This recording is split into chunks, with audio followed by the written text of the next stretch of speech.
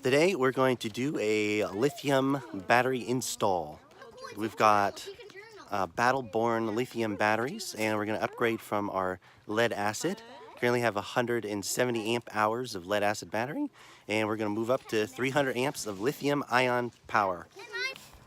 100 amp lithium Battle Born batteries. We've got some 0 gauge cable and some connectors. We've got our lithium charger that we've put in. We've got our charge controller. We've got actually solar charger that came with it. I'm not putting solar in at the moment, but I'll hook that up too. And some extra wiring and all connectors.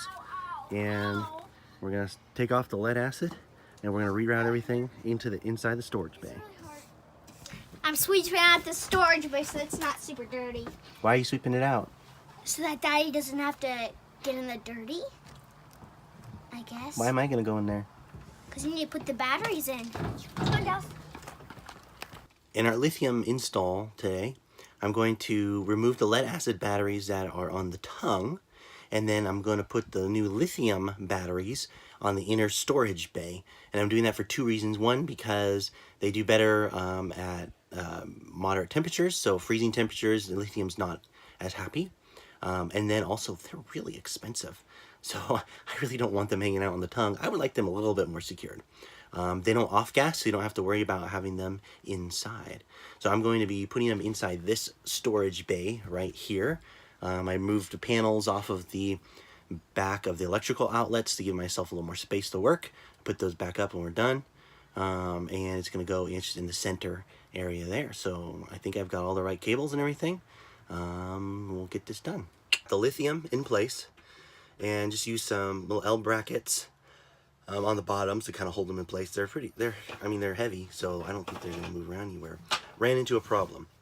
The cables that I got to go in between the batteries, so I can wire them up in parallel, unfortunately weren't long enough. I got a foot, and I nearly need 13 inches. It's just so close, but it doesn't quite make it. So I got enough cable. We're going to wire up the first battery, which will actually give us more usable amp hours than our 2 lead acid batteries. We'll wire up the first one and wait to do the other ones until I can get the proper length cable for it. That'll last.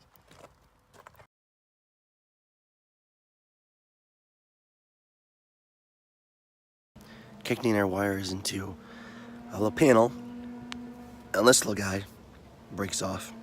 Yeah, that's not good. So we're going to reroute it. There's another way we can go. Alright, so we connected up the batteries.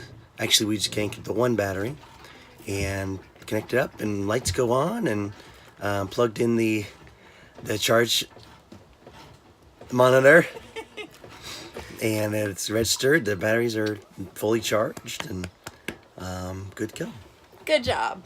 Good job, babe. Nothing blew up. Success. We just got to get the extra cables to connect the other batteries in, but that shouldn't be too big of a deal at the time.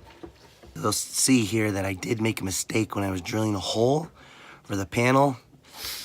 I did it wrong place, and I had to move it, and it left a mark. Yeah, oops. So working up on finishing the lithium install, my cables weren't long enough, so I had to go get some bulk cable. Fortunately, I had a friend here who had all the tools, and so we're using the tools to make some extra lines for the cables that fit just right.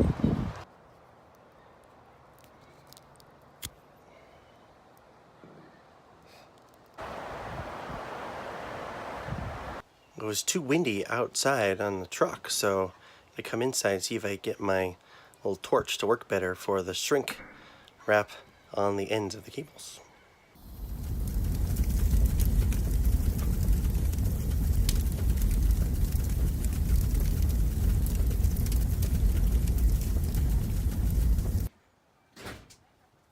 Okay, I'm underneath the storage bay with the batteries. Gonna hook up the last of the cables, and after that's done, we should be all set on our lithium install. 300 amp hours, lithium power, lasts forever.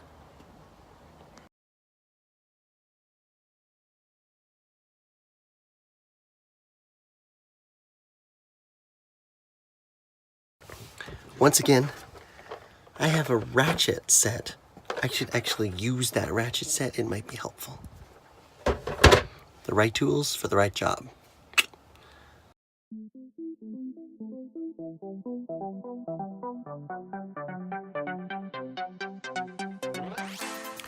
I'm also adding in some USB charging ports and an on-off switch for our Bluetooth for the radio sound system, because that was always on and it would draw power no matter what. And it had this a very annoying blue light that shone really bright. So I had to unplug it, but I didn't want to have to unplug and plug them back in because you have to undo the screws and all that. So I'm installing a switch for that. And then because there's DC, there's 12 volt coming in there, I'm going to put in a couple of USB charging ports, because the whole trailer does not have any USB charging ports, which can go right from the battery. So sounds nice.